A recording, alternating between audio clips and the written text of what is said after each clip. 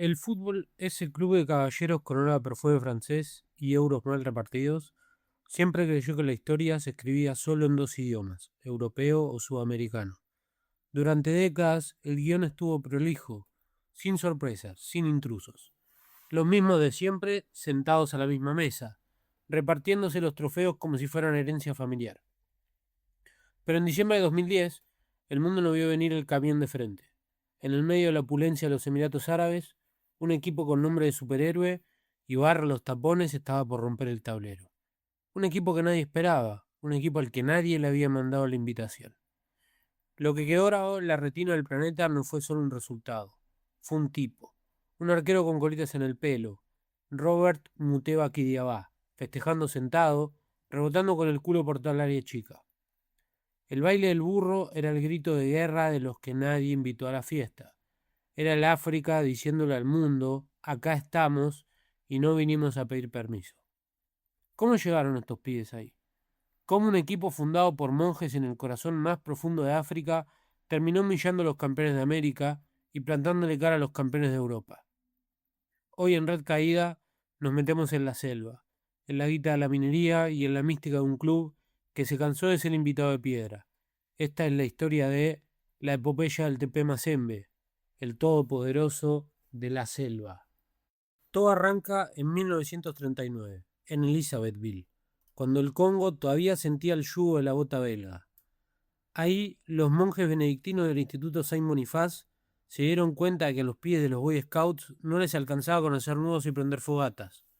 Necesitaban una pelota para sacarse la rabia, para correr, para hacer algo. Así nació el FC Saint George, nombrado por el santo patrono de los Scouts.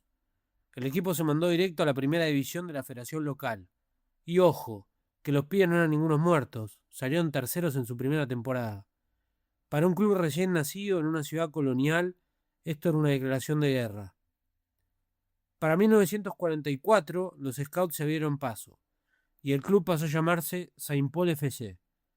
Pero el fútbol, acá y en la China, siempre necesitó de plata para aceitar los engranajes.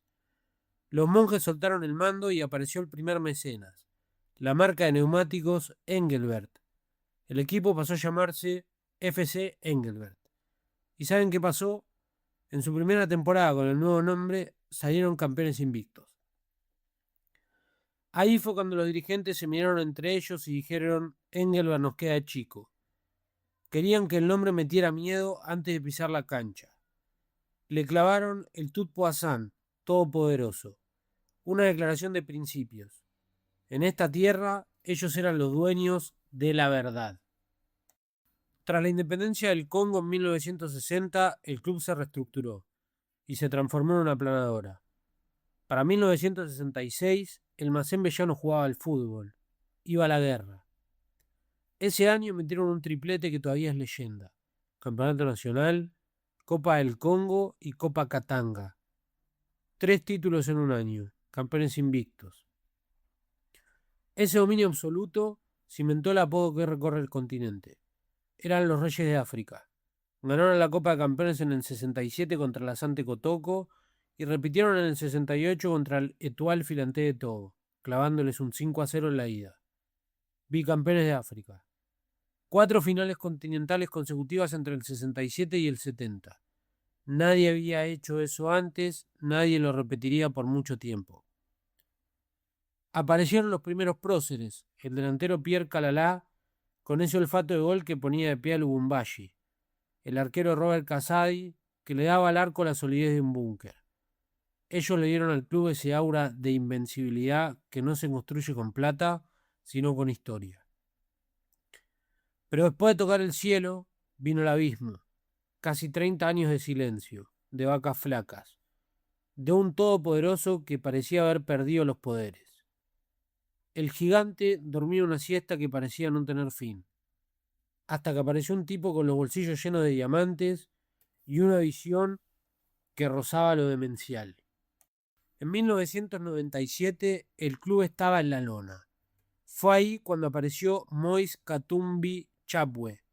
Imagínate un mecenas del Renacimiento, pero con el barro de Katanga en las suelas. Un magnate que hizo su fortuna con la pesca y la minería. hijo de refugiados sefardíes que escaparon del Holocausto en Europa para terminar construyendo un imperio en el corazón del Congo. Un tipo que después sería gobernador de Katanga y aspirante a la presidencia de la República. Katumbi no quería un equipito para competir localmente, quería un imperio. Empezó a poner guita a lo pavote, profesionalizó todo y armó lo que los expertos empezaron a llamar el seleccionado B del África Negra. Trajo figuras de Zambia, Tanzania, Mali y Costa de Marfil. Armó una nave espacial para el contexto local. Y cuando digo profesionalizar, no hablo de comprar pecheras nuevas. El tipo compró un avión MD-83 de 140 asientos y un Dornier privado para que sus jugadores no tuvieran que sufrir los viajes de pesadilla por el continente. Mientras otros equipos africanos pasaban 20 horas en bondis destartalados y por caminos sin asfalto, los cuervos cruzaban el cielo africano por encima de todos, literal y figuradamente. Katumbi grabó una frase: imposible no es Mazembe.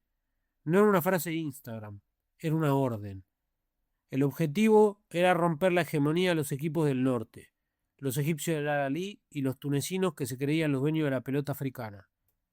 El hombre puso la chequera, la estructura y el sueño. Pero el fútbol, como siempre, se iba a hacer esperar con un golpe durísimo. El 2009 fue un cachetazo a Leo. El Mazembe llegó al Mundial de Clubes con ilusiones y se volvió por la puerta de atrás. Sexto puesto tras perder con los coreanos del Poyan Steelers, por 2-1.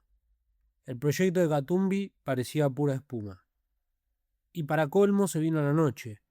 La FIFA le clavó un año de suspensión al capitán y figura del equipo, el todoterreno Mtu Lusadisu, tras una pelea en un torneo regional. El club perdía a sus generales en plena batalla. Las malas lenguas hablaban de conspiración. El técnico Diego Arcito no aguantó la presión y tras un humillante 3-0 contra el Esperance de Túnez, en la fase de grupo de 2010, Katumbi le dio el sobre. En ese clima de velorio asumió el senegalés Lamine Ndiaye, un técnico que no vino a hacerse el amigo. Ndiaye impuso una disciplina táctica de hierro, estabilizó la defensa, le devolvió el orgullo a un grupo que se sentía perseguido por la mala suerte y por algo más oscuro que la mala suerte. A este equipo lo mueve una voluntad férrea de alcanzar el éxito, no la fama por la fama. El 2009 fue un cachetazo a Leo. El Mazembe llegó al Mundial de Clubes con ilusiones y se volvió por la puerta de atrás. Sexto puesto tras perder con los coreanos del Poyan Steelers por 2-1. El proyecto de Katumbi parecía pura espuma. Y para colmo se vino la noche. La FIFA le clavó un año de suspensión al capitán y figura del equipo, el todoterreno Tresor Mputu y al Lusadisu, tras una pelea en un torneo regional. El club perdía a sus generales en plena batalla. Las malas lenguas hablaban de conspiración. El técnico Diego Arcito no aguantó la presión y tras un humillante 3-0 contra el Esperance de Túnez, en la fase de grupo del 2010, Katumbi le dio el sobre. En ese clima de velorio asumió el senegalés Lamine Ndiaye, un técnico que no vino a hacerse el amigo de los pibes. Ndiaye impuso una disciplina táctica de hierro, estabilizó la defensa, le devolvió el orgullo a un grupo que se sentía perseguido por la mala suerte y por algo más oscuro incluso que la mala suerte. Y declaró: a este equipo lo mueve una voluntad férrea de alcanzar el éxito, no la fama por la fama. El Mazembe se volvió un bloque de cemento. Se vengaron del Esperance en la final africana con un 5-0 de ida, que fue una demostración de fuerza, de rabia contenida, de deuda saldada, y sacaron pasaje de vuelta a Abu Dhabi. Esta vez no iban de paseo. Diciembre de 2010, Abu Dhabi, la cita con el destino. Cuartos de final. El Pachuca de México llegaba sobrando el partido. Error que se paga caro. Minuto 21 del segundo tiempo. Bedi Benza saca un zapatazo y clava el 1-0. El Mazembe aguantó como si se le fuera la vida en cada pelota. Los mexicanos se fueron a casa sin entender qué había pasado. Primer sismo, pero lo que venía era un terremoto grado 10. Semifinal. El Internacional de Porto Alegre. D'Alessandro, Rafael Sobis, Leandro Damiao y un jovencito llamado Oscar que ya asomaba la cabeza.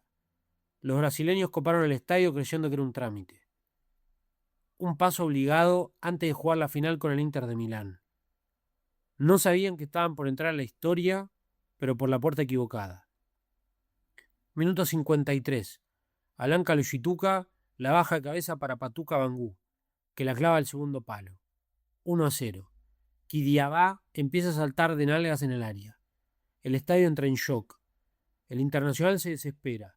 Manda hombres al ataque. Busca por todos lados. Pero Kidiabá se transforma en una pared humana atajando hasta las moscas. Minuto 85, la estocada final. Kalushituka encara la defensa, deja apagando a los brasileños con la potencia de un rinoceronte y saca un derechazo seco al primer palo. El Mazembe estaba en la final del mundo. El 2-0 final rompió 30 años de hegemonía Europa-Sudamérica. El Mazembe era el primer equipo de fuera de esas dos fronteras en llegar a una final del mundo. Ningún equipo de África, de Asia, de CONCACAF había llegado tan lejos. Nadie. Ellos fueron los primeros. La final, el 18 de diciembre, fue contra el Inter de Milán de Rafa Benítez. Del otro lado estaban Eto'o, Milito, Zanetti y Sneijder. Tipos que los pibes del Congo solo veían en la Play. La diferencia de presupuesto era obscena, casi una broma de mal gusto. El Mazembe jugaba casi todo con gente de la casa. El Inter no puso ni un solo italiano de titular. Fue 0-3 con goles de Pandev, Eto'o y Viabani. La jerarquía pesó y el sueño se escapó en el último paso. Pero fíjense lo que es la dignidad. Diogo Kalushituka se llevó el balón de plata del torneo, codeándose con las estrellas de Europa. Y cuando volvieron a la República Democrática del Congo, no los recibieron como perdedores. En Lubumbashi y en Kinshasa los esperaba una multitud inmensa. Ya no eran un club, eran el estandarte de toda África. Habían roto el techo de cristal. Lo que pasó en Porto Alegre fue una locura que ni el mejor guionista de Hollywood podría inventar. En el fútbol, la desgracia ajena es el combustible de la mística, y la hinchada del gremio, el rival a muerte del Internacional, adoptó al Mazembe como su segundo club, como si los cuervos de Lubumbashi fueran de la familia. Fue un delirio cultural que cruzó el Atlántico.